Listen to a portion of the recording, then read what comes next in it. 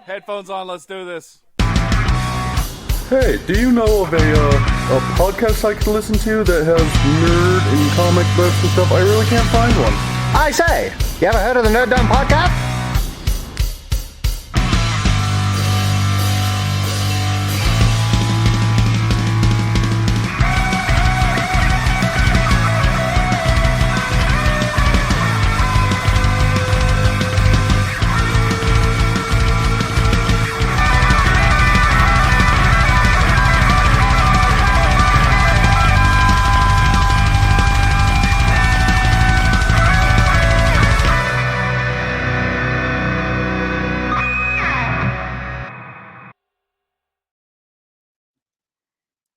Hello, everybody, and welcome to the Nerd Dome Podcast, episode 266. I am your podcaster without fear, Luke, and today I am joined with this uncanny guy.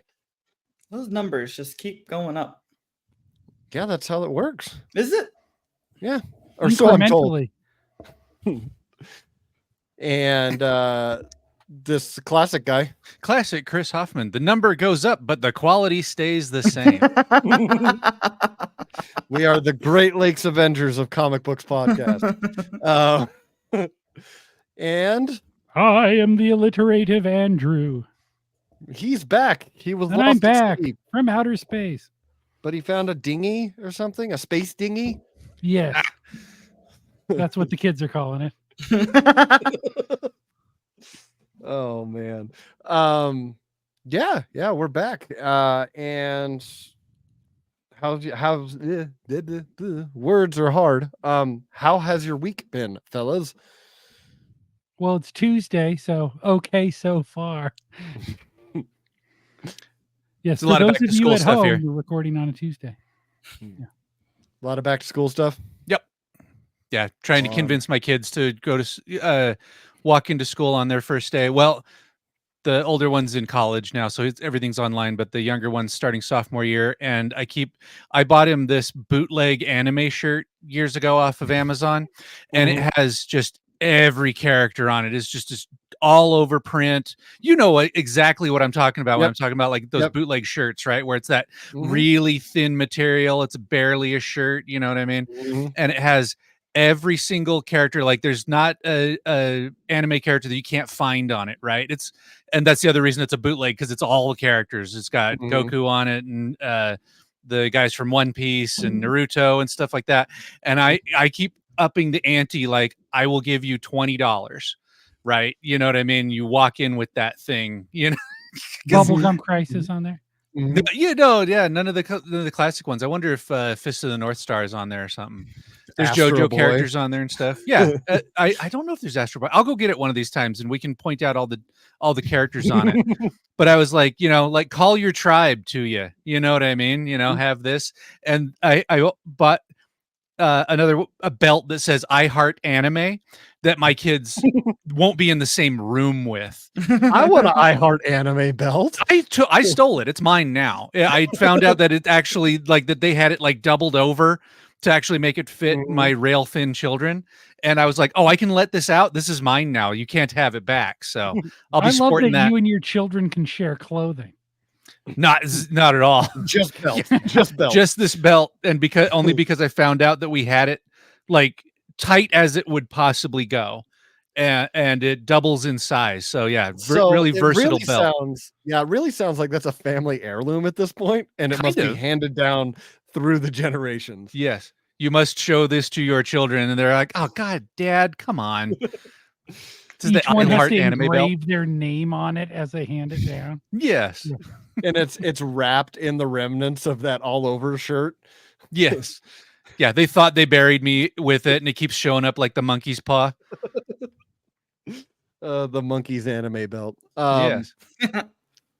But yeah, I know it'd be funny if you look at that shirt and you go through and they're like, wait, is that Superman? What? Yes. How is that in there? Those are always my favorite when you go to like a knockoff, like you see the knockoff toys and it's like the Avengers and like purple Batman is in there. Yes. Blonde Superman and Sailor Moon. The Hulk and Optimus Prime. Spider-Man. Yeah. Yeah. I love those things. My favorite are the Dragon Ball Z ones where it's like Goku with a gun. And I'm like, Okay, He doesn't have time to charge Sure. up. sure. And then when you find the whole line, I'm like, oh well, I feel like I need all of these. Who doesn't want Krillin with a bazooka?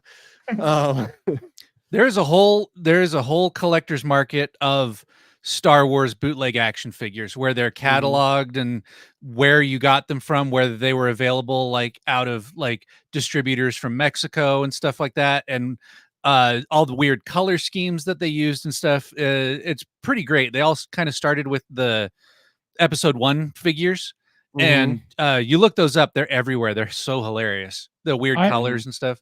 I had a bunch of Star Wars Episode 1 and 2 knockoff figures in the Philippines. The Okay. kind like when you move the articulation on the arm, it just like slides out of the Mhm. socket and off. You know, just that well put together. Yeah.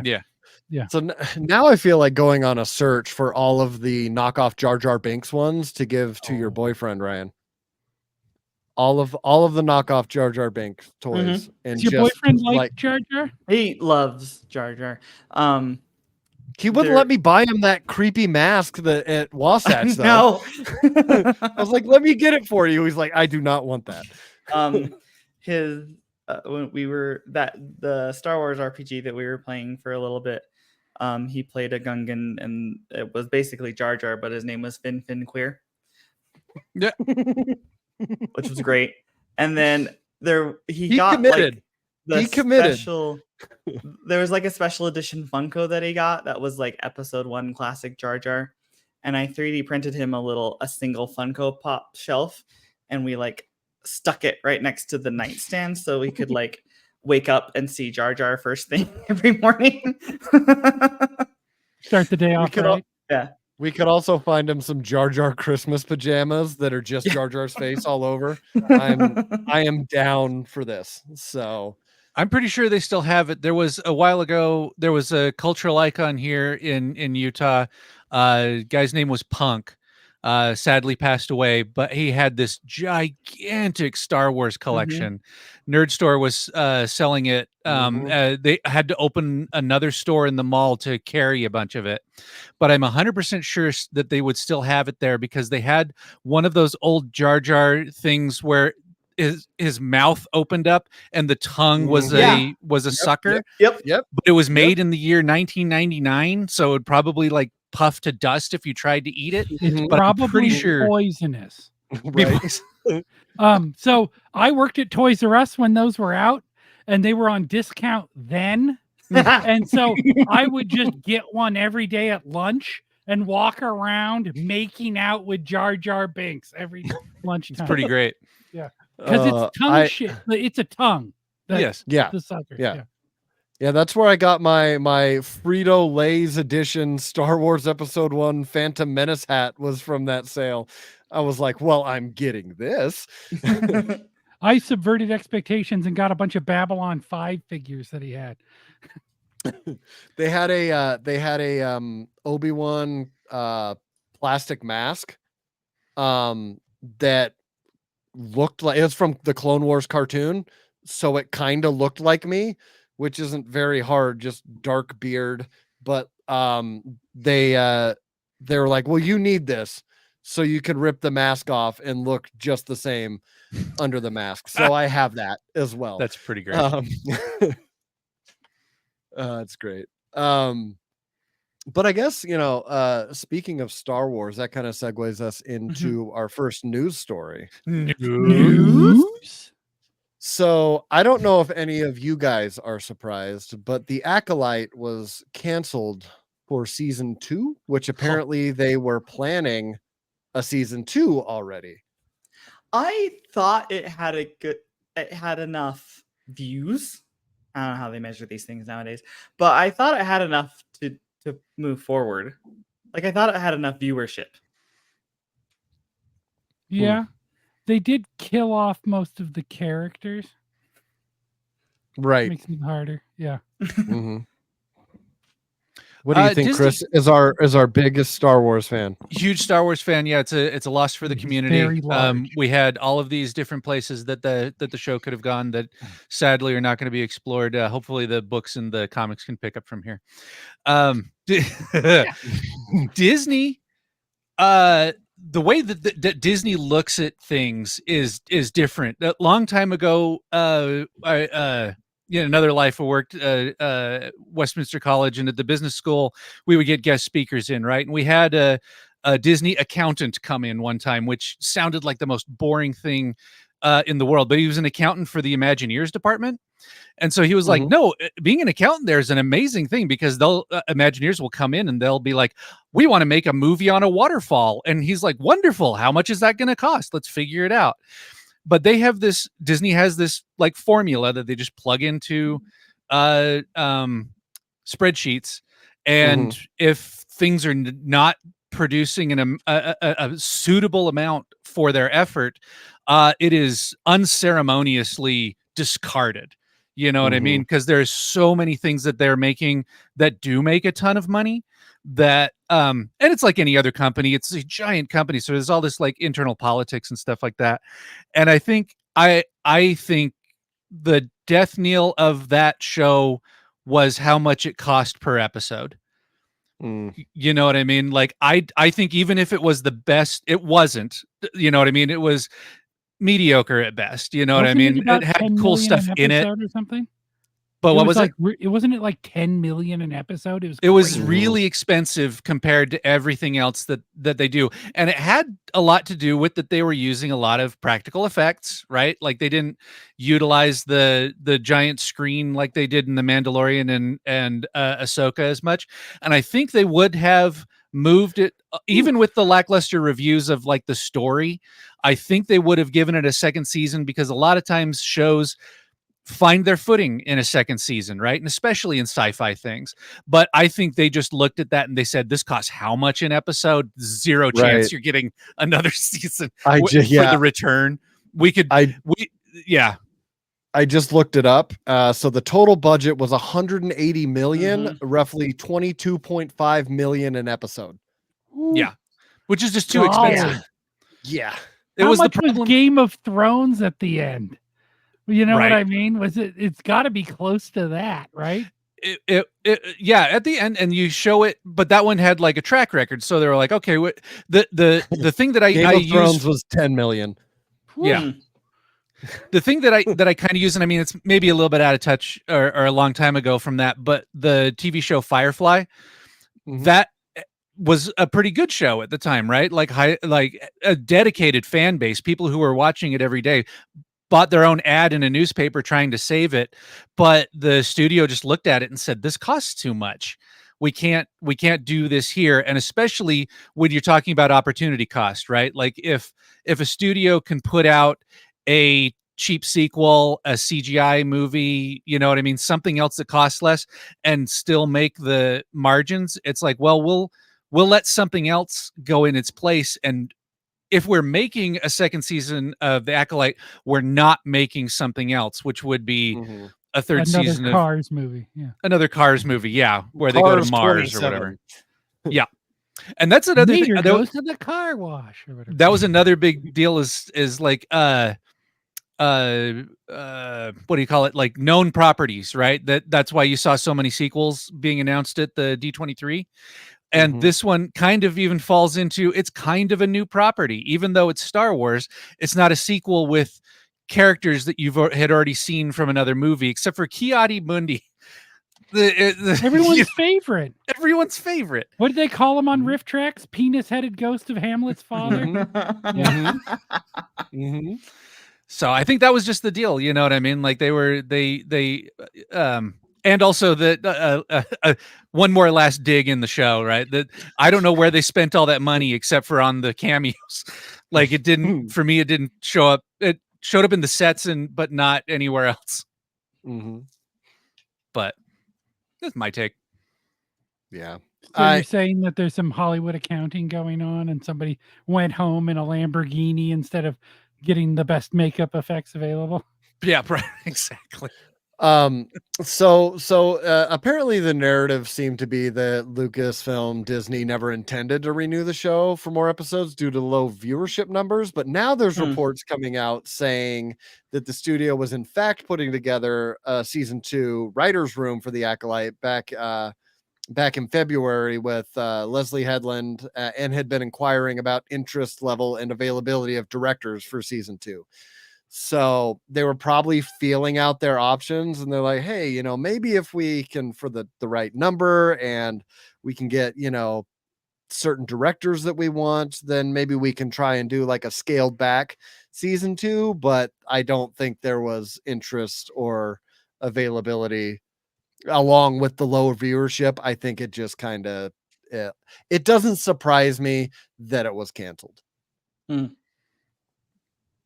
Like, yeah, I liked the lore, I liked the building of what they did, but like there was just too many unanswered things. Like I said, I was like, look at them just leaving all these threads out here like they're expecting to get a season 2.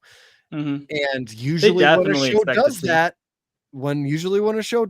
they don't get another season.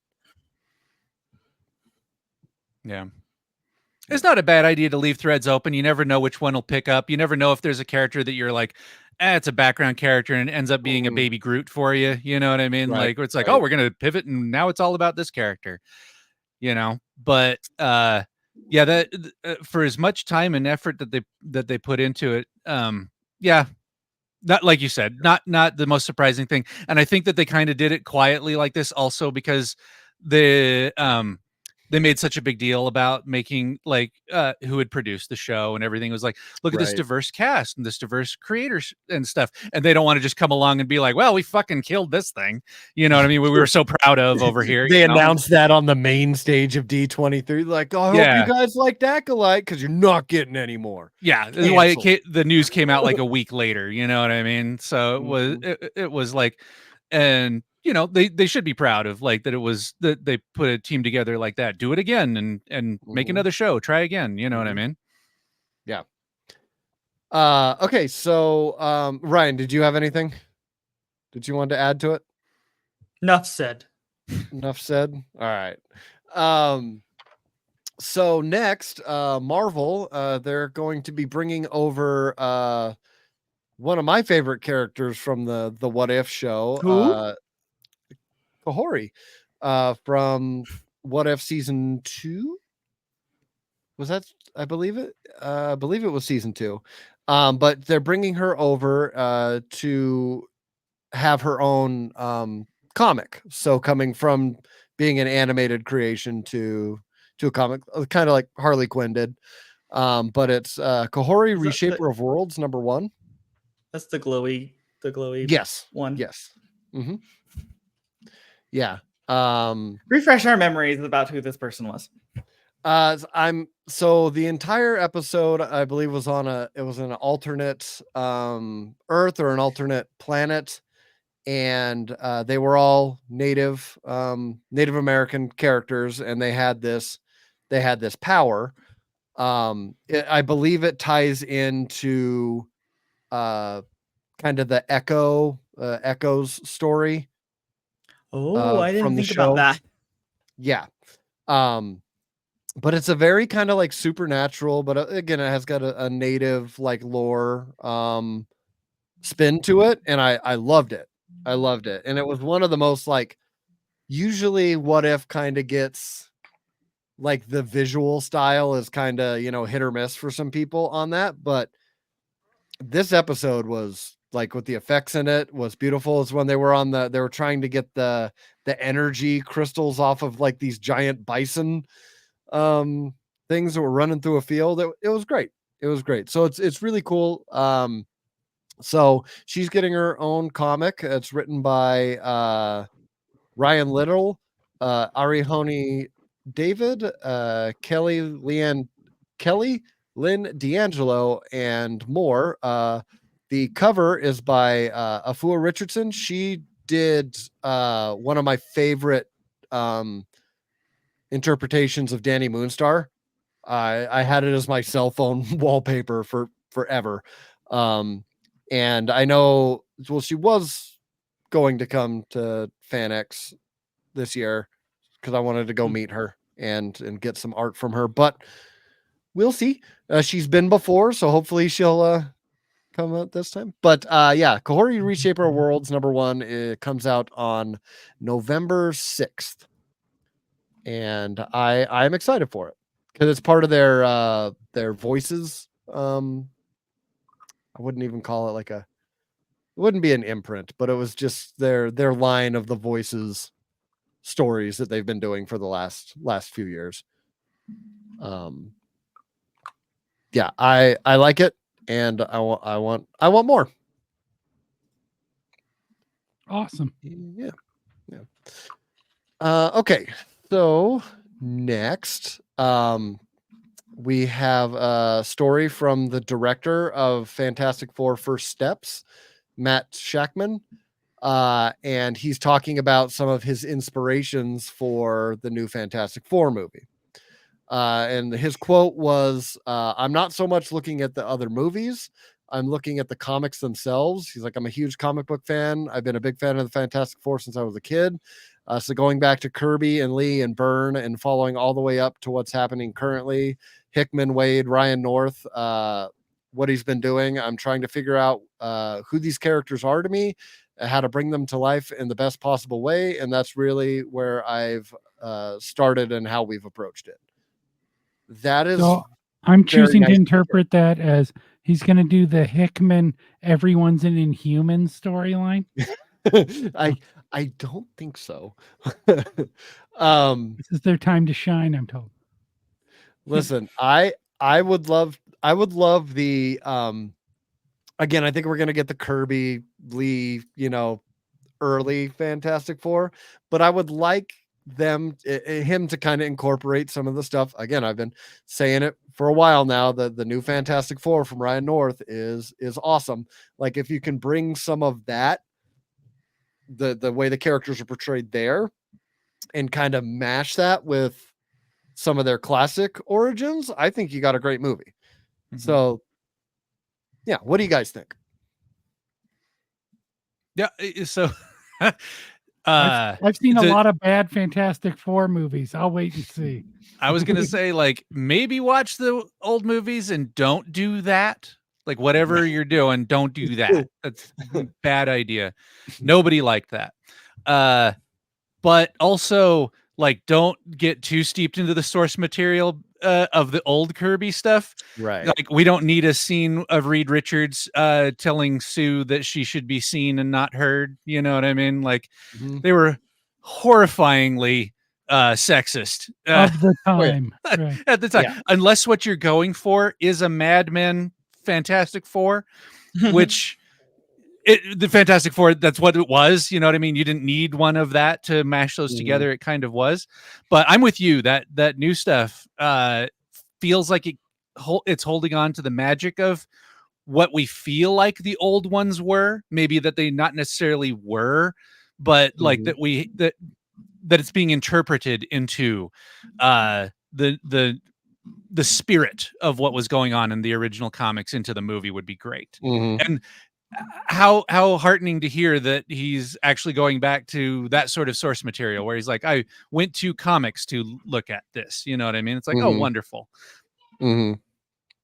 Yeah, that's the thing that gets me. It's like, I'm glad that he at least has, it seems like he has a pretty good grasp on the characters in a general sense, at least, unlike the other movies that were just like, he's smart and awkward.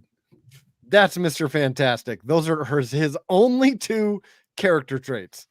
Moving on. Oh, stretchy. What's in stretchy? Yes.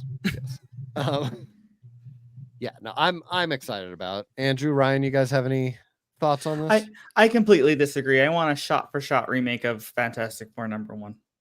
I would like a shot-for-shot remake of the miniseries Unstable Molecules, which imagined the Fantastic Four not as super heroic characters, but people encountering Jack Kirby and Stan Lee in their daily lives.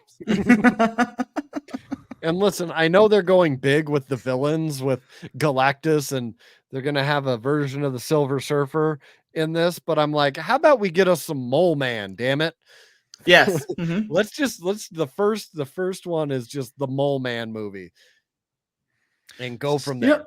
did you guys watch the cartoon, like the one that was on at the same time as The like X-Men 90s and or Iron the Man? 2000s? Yeah, the 90s one. Oh yeah. Yeah. I loved the Mole Man episode of that cartoon. Was like that the stands one out where so well. Johnny had the Yeah. musical number? Uh-huh. Yeah. Yeah. I just do that in live action. Yeah, That's Ryan's never mind. Fantastic I don't Four want a movie. shot for shot remake of number one. I want a shot for shot of that cartoon episode. Just stretch it out, add a lot of exposition Yeah, in there to yeah. stretch it to 2 Mhm. hours. So it looks quite like it's going to be like a Fantastic Four, like in an alternate universe 60s, right? Like 60s, 70s from the 616 universe, right? That's cool. I've been hoping for that the whole time. Period piece. That's the way this is going to work. That'll be great. I know maybe people are sick of the Spider-Verse stuff, right? But they are going to be ripped out of their dimension into the MCU. I think that's what the whole deal with Secret Wars is going to be, is like sort of an Infinite Crisis of the Marvel MCU. So everybody's on one timeline, right? And then, but that would be really cool for them to encounter like the Roger Corman ones and the 60s cartoon ones, and like the 90s cartoon one and all their different versions of it, and have the Reeds. You got to be careful with it though, because the other thing is there's a lot of things working against the Fantastic Four, because the Incredibles is kind of an inspired by Fantastic Four, right? So now everybody who knows that as the original movie is going to be like, well, what's this movie that's copying the Incredibles? Yeah, I know. Yeah, I can't wait for that. Or if they do other stuff where it's like the Council of Reeds, you know what I mean? They're going to be like, why is this copying Rick and Morty? Rick and Morty, yeah. You know what I mean? Or even with their powers to be like, I saw these guys in an episode of the Venture Brothers. Like, what is this? You know what I mean? It's been so long to reintroduce these characters back into the zeitgeist as the original versions of it. The copies are what people know better. Little did you know that next to that Council of Kangs, in the Hyatt hotel was where the Council of Reeds was meeting. Yeah, no, I'm excited for it. I just hope it doesn't suck. I hope it doesn't suck. Like that's my number one thing. So we got kind of a little more detail, or not detail, just a little more leaks on Daredevil Born Again.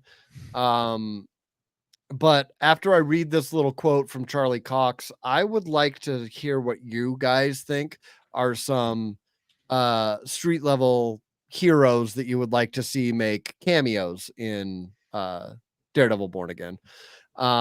So they had asked him a question about like what the story is going to be like. And his quote was, "We don't follow any of the comic books in terms of story. We don't follow them closely. And there's a number of reasons for that. One, because if you follow the storyline closely, it becomes a foregone conclusion because everyone knows how it ends." And then he kind of alluding to the cameos, he said, "Those of you who saw the leaked trailer from D23 noticed a couple of interesting characters come up." He's like, "It's been taken down." He's like, "I can't say anything else," but that kind of leads me. He does also go on to say, "It was really fun. I'm really excited about the show, and there are a couple other nice little cameos that come up." So my question to you is, what street level characters? We've seen White Tiger, we've seen Punisher in the leaked trailer, so we know that's going to happen. But what are some other ones that you guys would like to see in the show? Rocket Racer. I have no idea who Rocket Racer is, so I am showing my ignorance right now.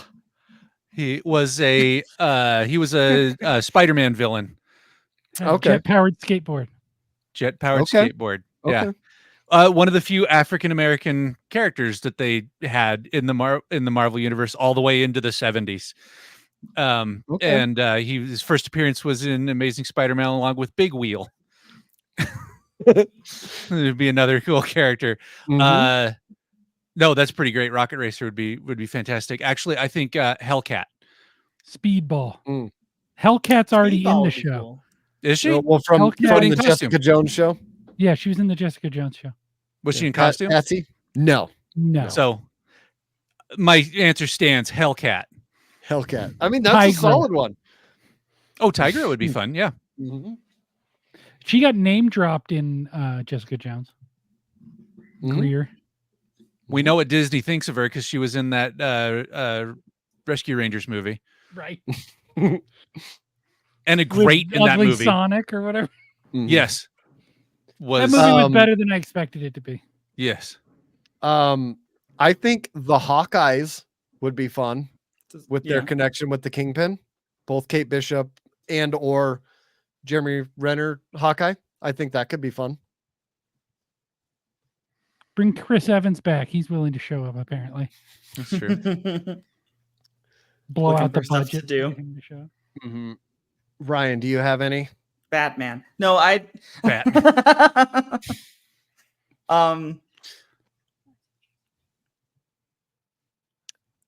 Moon I have, Knight. Moon Knight would be Yeah. cool. See, The only thing that pops in my head is I want a stilt man in on stilt. Yeah, because he was in the Stilt Man. background, right? Yeah. Mhm. I'd even Stilts are settle in the for Lady background. Stilt Man, which one of the worst names in See, comics. Another one that I think could work with the story is because they're going with the Kingpin running for mayor, right? You have to have him run against somebody. Why not bring Luke Cage back and have Luke Cage be the one running against Wilson Fisk for mayor? Let's do it. Sure. Bring back Mike Coulter. Just bring him back because he was great as Luke Cage. I loved him. I think that would just make sense. Yeah, if you're just and Um, if you're just wishing for things, you know what I mean? Spider-Man. You know what I mean? Like I know that's never gonna happen, It's but never. Yeah, Madam Web will show up before Spider. Oh God. yeah. No, it'll be Tom Hardy and Venom. Like, no. I mean, another one that also makes sense would be She-Hulk. Maybe Yep. not as She-Hulk, maybe as Jen. That would be cool. Bring Um, She-Hulk. I loved She-Hulk. Yeah. I Yeah, want more it of was that. great. I mean, I've heard rumors. I've never heard anything concrete, but Jessica Jones, again, she's been there already. Elsie Bloodstone the- would be fun. Elsa Bloodstone. Oh yeah. There you go. Elsa Bloodstone and Matt Murdock go on the vampire hunting excursion from there's another blood hunt tie-in that you Yeah, they should just bring write in for us. Blade. It's a new actor altogether. It didn't Mhm. warn anybody.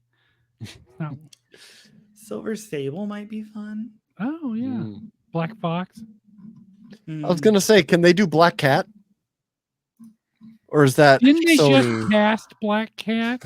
I believe so. What's her, Or is Sydney that just Sweeney? rumors? Might be a rumor. Let's see. I think I read a headline. Whenever I have Black Cat, the instant thing that pops in my head is from the Spider-Man 90s cartoon and Morbius going, Felicia. It is currently a rumor. So maybe I think that would be fun. And I think she could pull that off too. I like Black Cat. You want to tell our audience at home who's the rumored Black Cat? Oh, Sydney Sweeney. So The Madam Web. actress? No, from Madam. She was in Madam Web. She She was was one of the Spider-Woman? girls. She Yeah, was yeah, Spider-Woman. yeah. Hmm. Yeah. She's in the TV show Euphoria. Never Is seen that the it. one with Zendaya? Shawnee? Maybe. I'm not sure. I read the little blurb about her. But yeah. I think again, bring them all. You've got a lot of just do multiple series. I do think likely if I were to put money on it, I think out of all the ones that I said, I think She-Hulk was probably the one that could make the most sense because they've already established that they know each other. They don't have to introduce her. She can pop in and make a 5-minute Zoom call cameo from California and be out. You don't really need much to do that. Where's your street level list? I need a list. Live you action know what? Peter B. Parker, played by Jake Johnson. I mean, Get Cloak and Dagger from the TV show. Oh yeah. I really liked that TV show. bring I in didn't the watch any of those. Runaways. Did they ever end up running away? I got They like did. 9 They episodes did. in Like and they never like left. like halfway through the 3rd season, they finally. Jeez. I love that TV show too. Mhm. I wanted to like it. It was very CW though. Yeah, Mhm. it was. I just pulled up a list. I guess they're in Madripoor. I am on it's an X-Men thing. So maybe you know this, Ryan. What list? I just typed up Marvel Street Level Heroes and I found a ranked list. The Rakasha from Madripoor, apparently they meet up with the X-Men Blue team. Bunch of not ringing a bell. street urchins from Madripoor. Urgents. Union Jack, Yeah. Sure. Hellcats He's on street this level. list. Doesn't he have powers intermittently? Union Jack had powers for a believe so. little bit. So Nobody knows shit about Union Jacks. Joey they have- Campbell, motherfucker. Come on. That's a good I'm one. the audience. From the Charles Soule run of Daredevil, there's a Blind Spot. That's a newer character. I liked him. Kate Bishop. Bring Misty Knight back too. I liked Misty Knight too. She was cool. She was Give her a awesome. robotic arm. What if they don't bring in Spider-Man, but they have Scarlet Spider show up? Just to introduce the Clone Saga in a cameo in Daredevil. Have it be a clone of Gwen Stacy. Oh. I also, again, having Elektra come back would be cool, but I don't think that's going to happen. This list has Shang-Chi as a street level guy. I looked up. I think I'm looking at the same list, and I feel like He was these in the guys Heroes for Hire, so that's why they he's on were the list. they were street level in the 80s. All of these characters have been powered up, Right. insane amounts. They have Captain America on this list. Yes. Shang-Chi once beat a dragon in a martial arts contest. You know what I mean? Yeah, I don't know that he counts as street level anymore. Yeah, well, I guess you could say Iron Fist. I'd like to see Iron Fist come back with the mask on. One of my favorite Iron Fist stories was when he was fighting the other immortal weapons on a island in the South Pacific. It was just Mortal Kombat with all of the other immortal weapons, and I loved it. I was like, this is great. Just keep putting Iron Fist in martial arts competitions, and let's throw Shang-Chi in there too, because that's awesome. Maybe some hand ninjas or something. But yeah. We'll just Mr. Fear would be a good one. Machine Smith. Can't really do it now, but I've like having Black Widow and Daredevil, like that would be. There's a ton of material of Black Widow and Daredevil too, as we saw in the Black Widow movie. You can just send in the squad of them, and every time you kill one, you just send in a new one, like a Pez dispenser of Black Widows. Oh man. Okay. The other story. We have an adaptation, another comic book adaptation coming out. Garth Ennis's Crossed. Does anyone want to take a stab at describing Crossed? Gross. I'm done. I don't like Crossed.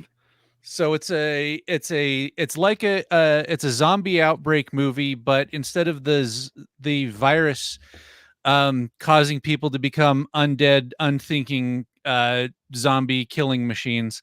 The cross disease actually gives you like a scar on your face that looks like a cross, so like a up and down cross on your face, but it turns people into murderous, horrifying, uh I don't know, how do you say a nice way of sexual assaulty people. So imagine instead of the zombies just wanting to kill you, they wanted to do all the other stuff, horrible things you're thinking I'm going to not say right now. But those are the zombies. One of the most famous ones, because they can still think a little bit, and so a lot of it actually, and think of the terrible things they're going to do to you.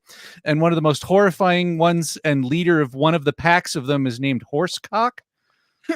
You want to have any guesses as to why that's his name? Because he swings one around to kill you with.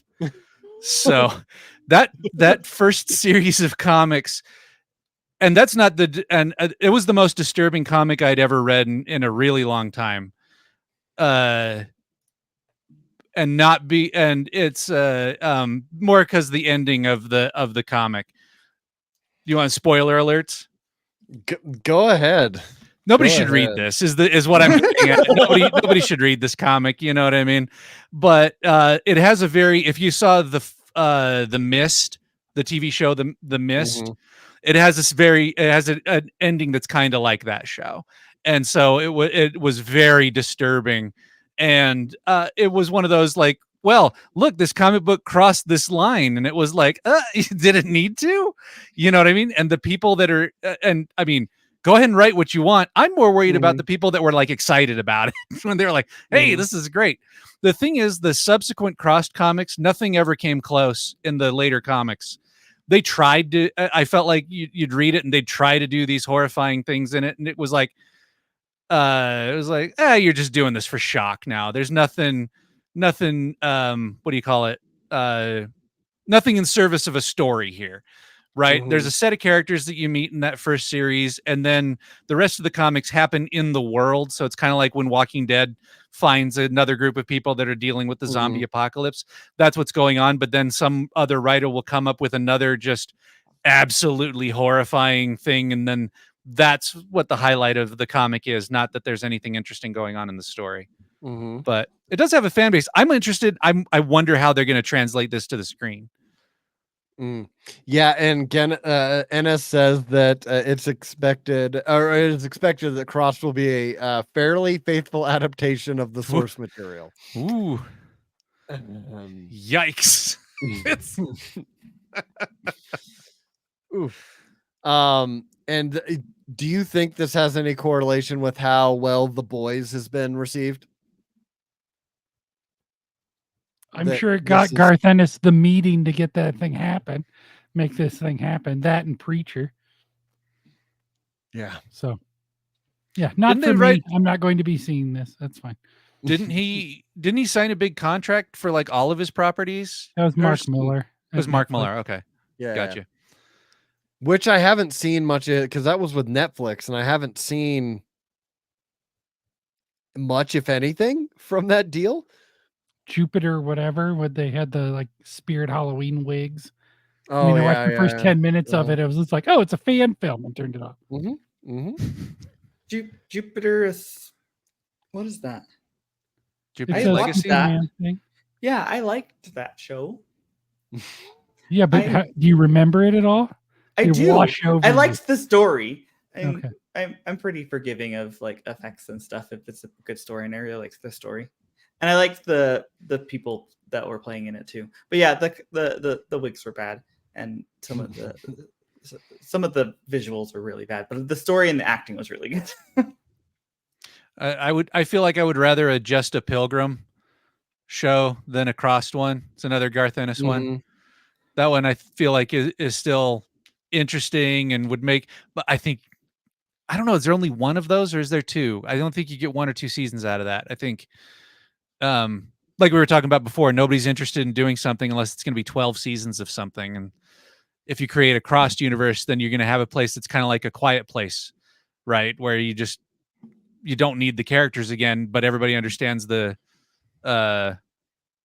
premise and like the setting. and you could do different stuff, and then you can do an origin one, and so that's what I bet they're looking at. Is they're like, oh, we can make 5 seasons out of this if it's successful. I do think it has a bunch to do with the boys. I think you're absolutely right. They just went back to him and they were like, go ahead and What else you got? what else you got? And then they're like, I got this. And like you said, also, then you can also walk into the room and be like, it's kind of like The Walking Dead. And they'd be like, cha-ching. Oh yeah, we're gonna make all sorts of money on this. And this, He's like, wait, I thought you said zombies. This is not zombies. they're gonna start filming it, and they're gonna be like, what in the world are you making? And I Garth see Ennis here will on be in the corner. I see here on the call sheet. Who's playing Horsecock?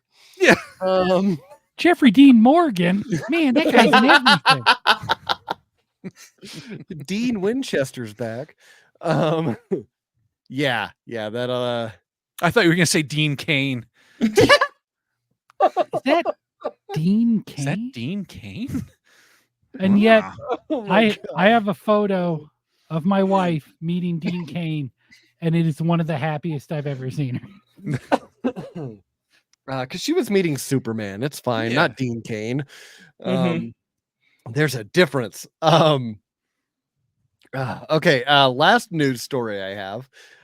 Oregon comic book restorer accused of stealing 300,000 in rare comic books.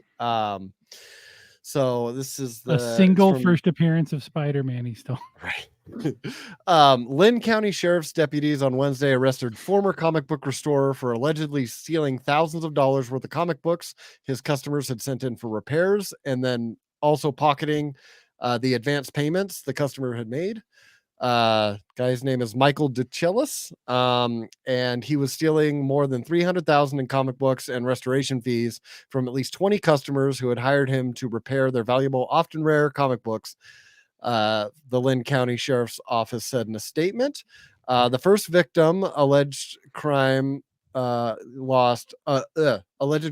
lost $10,000 worth of comic books to DeChellis in March of 2023. The sheriff's office also stated investigations in February of this year after a customer of DeChellis' now defunct store Hero Restoration complained that DeChellis had not returned a $62,000 comic he had sent in for restoration. He had also taken $5,000. Did they say what it was? I'm curious of what a 60, because there's only a handful of comics that would meet a criteria. Right. So, he also took $5,000 in restoration fees and had not been refunded. Found 19 other victims who also reported losing valuable comic books and fraudulent restoration fees. When they dug deeper, they found that he had resold some of the stolen comics online to another comic book shop in Washington. When deputies arrested him in his home earlier this week, they served a warrant and found multiple comic books and evidence of the thefts inside. He's charged with 7 counts of first-degree aggravated theft and 5 counts of first-degree theft. What do you think was going through the owners of that comic book shop in Washington who bought those comics from him? When the cops were like, "Hey, that's that stolen depends property." on how much he sold them for. Because when I was working at Volts, we had somebody bring in a graded 6.0 Amazing Fantasy 15, and he says, "I need money real quick," and we said, "Here's Heritage Auctions, call them," because nobody is selling that book in a hurry. That's hot book. We don't want it. You know what I mean? Yeah, that's just trouble is what that is. You can sniff that out a mile away. So I suspect it was probably, oh shit, the other shoe dropped. You know what I mean? So it also depends on what he sold them. Because like, I don't know. You feel like you're getting lucky here with this rare find, but like you got to think about where it's coming from. Right, turn into a little bit of a detective. Yeah. I'm trying to look up list of comics that are at the $62,000 mark. Well, it would be like any of the Marvel 60s first appearances in good condition. or not good condition, but in nice condition. Golly, like some golden age DC keys, that sort of thing. Even just like single digit Supermans in decent shape would be, that sort of thing. Like a Batman #1 in like a 4 or something like that could be pretty expensive. Well, I found I found a guy who posted on boards.cgc comics, a guy who actually like lost some books. And he said it was one of them that he listed on here was an Invincible #1 that it's valued at $1,000 raw. But I mean, if you can grade that at a 9.6 to a 9.8, which is what they were asked, like that's why they send for restoration, right? Is so that they can go get them graded and get it at a higher grade. A lot of these guys will actually like look for one on eBay that is like a 7 or something like that, and then see what's wrong with it. If it's something with the cover, something that can be restored with a press or something like that. And so yeah, this guy says he's like sent a bunch of books, and I sure hope my insurance will help me with this. It's like, oh, that sucks, man. There's in the hands of the insurance companies now, right? Yeah, it's gonna be. Yeah, they're gonna have. Yeah, you got to have an attorney when you do that stuff. But also, like, I'm in a group on Facebook where it has a whole bunch of like restorers in there, and they keep a list of like people that they know, are sending stuff back because they're gonna find out. People with their comic books, they know which one they sent. You know what I mean? Like this happens, and this is the same thing probably that happened to that comic book convention that anime convention. All of a sudden you look at that money and you're like, oh, I could just, you pay a bill with it. And then you're like, oh, that was easy. And then you're like, well, if I switch this one out, and then it starts to snowball. Right. And then this guy's suddenly like, oh, you know what? I had to sell $30,000 worth of stuff to make up for this other stuff that I stole. You know what I mean? It's not, there were people working at CGC doing this. You know what I mean? And so, yeah, it's rough. You got to be super careful with who you send out your comics to. I wonder how often like people. It doesn't seem like this is like very getawayable crime because it's super traceable. Right. Yeah, I know where you live, guy. You know what I mean? Like, you're stealing from your community. Yeah. You know what I mean? Yeah. He didn't even flee to Canada. I think I found the thread where there's a bunch of the people who are coming in here and stuff because there's a guy who came in, and who knows if these guys are full of crap or whatever, but there's a guy here. He's like, I sent him, and he stole my Amazing Fantasy 15. I paid him $3,200 to restore it. He's a turd. I says I'm writing it off, and now you don't go near him. Oh my gosh, there's a whole bunch of people. I'll send you this link so you can see if because it's on the CGC boards. Yeah, that's crazy. But yeah, he's easily gonna get caught. You can't do that for any amount of time. Well, I mean, the guys from CGC got away with it for a long time, but they were running something way more sophisticated than this. This sounds like it's just theft. Right. Yeah. Look over there. Yeah. No, I'd like my comic back. Well, and that's what you can like. Most of the reputable restoration places charge the same amount no matter what comic it is. Right. The people where they're charging you more because the comic is more valuable. That shouldn't happen. The restoration work is the same. It's the same, right? You know what I mean? Like and our local guy who I've had stuff done through, and I know tons of people who've done it through. It's $15 if that comic is worth $1,000 or $5. You know what I mean? It's you will just, and you'll get it back. And he did such a dang good job on this X-Men number 12 or 16, 12. It's the first Juggernaut. Because it was like the cover had looked like it had been crumpled up into like a ball. Like I couldn't press it myself because it was going to be too difficult, and he did a really good job with it. So I mean, but you never know. Like it's like any store; they could turn around and steal your credit card at any time, right? Mhm. Yeah, maybe I'll have to get in touch with him because I've got a X-Men 14, the first Sentinels. That I would. It's in pretty good condition, but it could look better. Yeah, It could a look nice better. press. You know what I mean? By Yeah. somebody who knows what they're doing. Mhm. You can. Andrew trusted me to do a Spider-Man book, and it turned out super nice. You know what I mean? So That I one think, was more water damage than comic. yeah. So like, if you're sitting there looking at it and the crease bugs you all the time, you know what I mean? I think pressing is pretty cool. Surprise! Andrew followed you home and was hiding around every single corner while you were doing it. You had it for a while too. Yeah, no, it got a spine roll out of it and got the fold out of the cover and stuff. Like it looks really nice. I screwed up one. I have a first Daredevil's first red costume. I think is that when he's fighting Namor. Yep. Yeah, and I messed it up. I had it. I didn't. You wouldn't if you just looked at it and I asked you to tell me what I screwed up on it. You wouldn't notice. Because it was But already you see it. No, I took that. The problem with that comic on the inside is that after page 3, someone had torn out all of the pages, but just a corner. Like they were trying to get a coupon out, but they were tearing out 20 pages with it.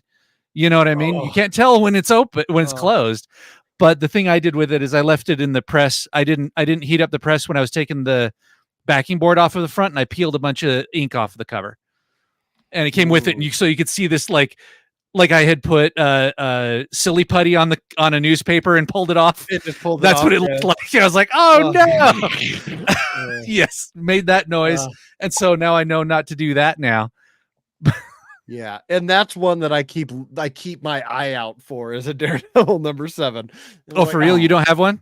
No, I don't. It's one. Okay. Chris that has I've been... what is it, like 2/3 of one? Yeah, I have 2/3 of one. Yeah. Maybe you have a good Christmas this year. Yeah. I've the lowest number I have is I've got a 9. I've got 9, 10, and 11. Oh wow. So yeah, the time to unmask who the organizer. Who is the organizer? I love it. Those early Daredevil comics are terrible. Oh yeah. Like he got a lot better later, but those early ones are almost unreadable. Mm-hmm. Yep. Yeah, Some of the Gene Colan they're stuff's pretty bad too.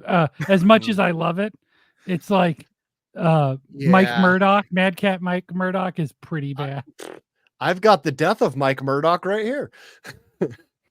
They killed him, and it's he's got his hands out like, why? And I'm like, oh. But I've got the first Gladiator too. That one's a good one. I got one of those. I like that one. I got the first Frogman. That's a good one. I think my oldest Daredevil's number 4, Purple Man. Yeah. There's some good ones. But do you guys have any comics you want to talk about before we wrap this episode up? I do. Does anybody else? I think you should. I haven't had a chance. Do it, Chris. I feel like I've been talking a lot. I apologize. So in my search for trying to read something else current so that I can read something here, caught my eye today, the Helverine. Have you guys seen this? Okay. So I've heard of it. I haven't seen it yet, though. Feel like a late night host. Have you heard of this? Have you seen this one? Have you seen this one? You heard about this? You heard about this? So it's about so when I looked at it, on the cover, it's like a Wolverine with a whole bunch of fire coming off of him. So I'm like, oh, they did something. It's Ghost Rider and Wolverine. And it is kind of. And so from so Wolverine and Ghost Rider have encountered a demon called Bagragal, who has possessed a young boy and using the boy as a vessel to transform hellfire-fueled monster that would kill innocents and stitch them into horrific works of art. Mephisto created this demon to walk the earth and create monuments to him. And the way he does it, he kills people and then stitches them back into like grotesque statues, right? Real Marvel stuff here, you know what I mean? Like really harkening back to the marvelous Marvel age, right? So, but what has happened is that they in Ghost Rider and Wolverine trying to fight him, he possesses Wolverine, and so he becomes sort of this like Ghost Rider. He's kind of like Zarathos in the like he starts on fire. He's got the Hellfire stuff going. At the same time, and then they defeat him, eject him from Wolverine's body. Somehow they are the government is trying to they have this thing called the Project Hellfire, where they're infusing Hellfire into the bodies of dead soldiers to create a super soldiers so America can take over the world or something. And but Logan has found out that it's actually that they've resurrected his son. So Dakin is back. Okay. Yeah. I like him. Akish. I don't know how to say Akihiro? it, but in my brain, it's Akihiro. Akihiro, yes. And so he's back from the dead, and so now he is the Helverine right now. He has been imbued with Hellfire, so he's a hat on a hat as far as I'm concerned right now. Does he still have the like special like killer metal claws, like the magic ones?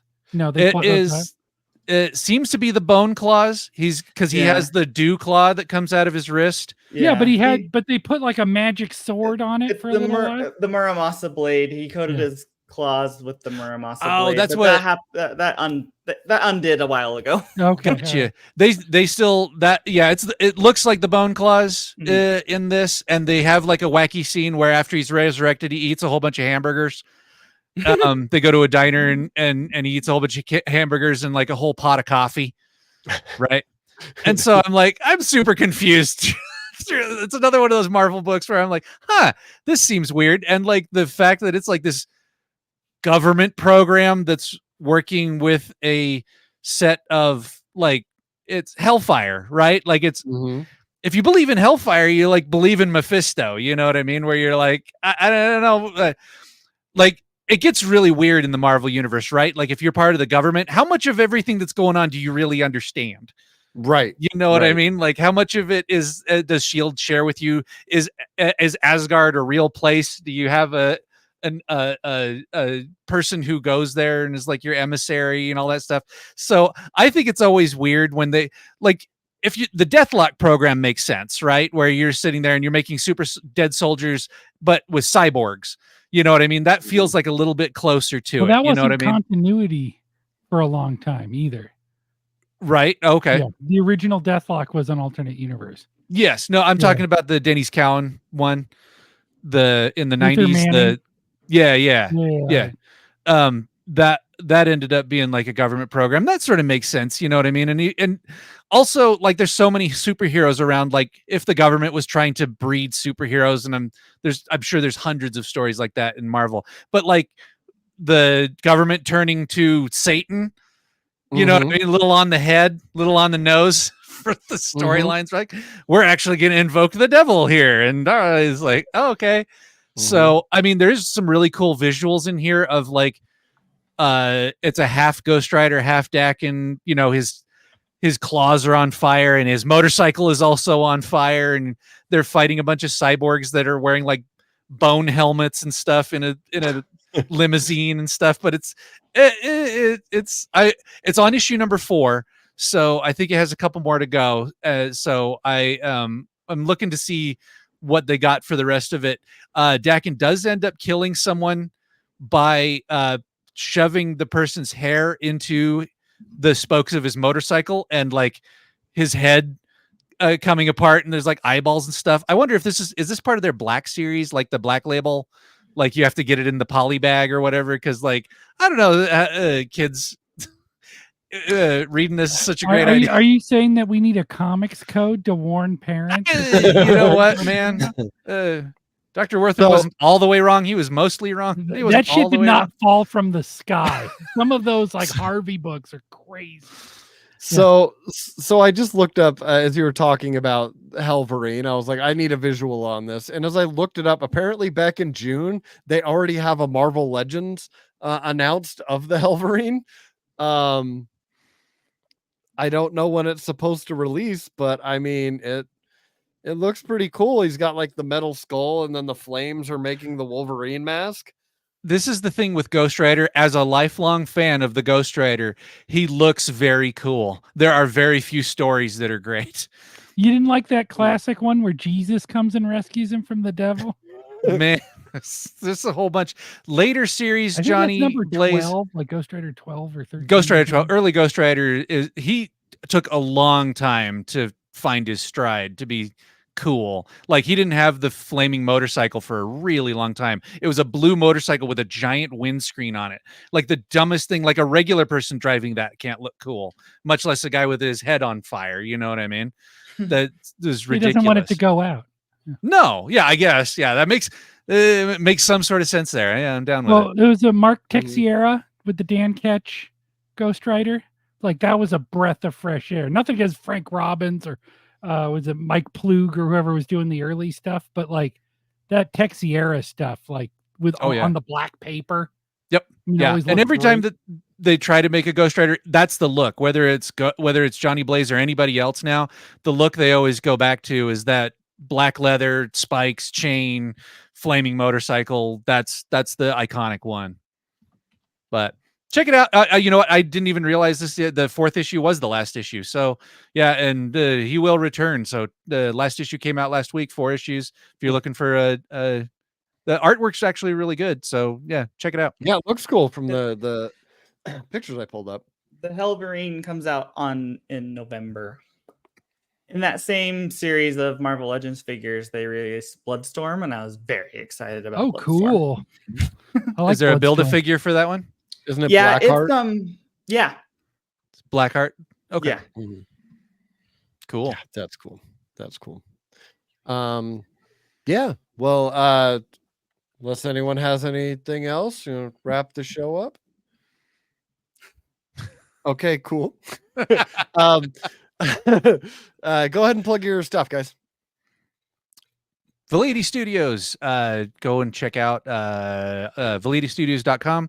We have new you can now get the Validity Studios variant covers for Archie, Betty and Me, the facsimile of Betty and Me number 16, and Archie Judgment Day number 3 covers, front covers done by Andrew and myself, and back covers done by Natalie Soto and Andrew. And so those are available now. You can get them either off of our website at validitystudios.com, or you can go to the Whatnot channel. There's a store that's always on there that you can get them from there too. Monday nights on whatnot.com. You can show up, look for Chris_Hoffman, Validity Studios, like the easiest thing to type in ever. And you can come on Monday nights, 7 p.m. Mountain Time, and usually drawing for a couple hours. We have a group of folks who show up every week, and we talk comics, business of comics, and then you can get your own cool commission from us. We've got so many blanks. We can hook you up with whatever you're looking for. Just in this last couple months, I filled up an entire short box of brand new blanks. So any comic you're looking for, we've got. Yeah, good chance we got something at least adjacent that will make sense for your character. And then shout out to all the folks who show up every week, especially Evan Black, whose local comic, Wasatch Wonders. Everyone should go and check out. Yes. Yeah, and shout out to Tyler Bingham and Natalie and Jalen and all of our other regular listeners.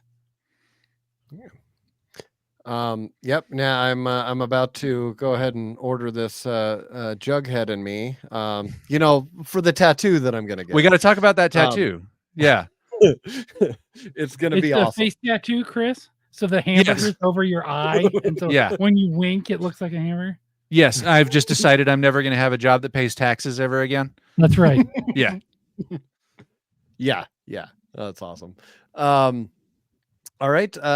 Yes, thanks for listening, everybody. If you have any comments or questions or, topic suggestions, something you want us to cover, go ahead and leave a comment and, we will do it. Yeah. So that's all I got. You can find us everywhere, Nerd Dome Podcast, Facebook, Instagram, everywhere.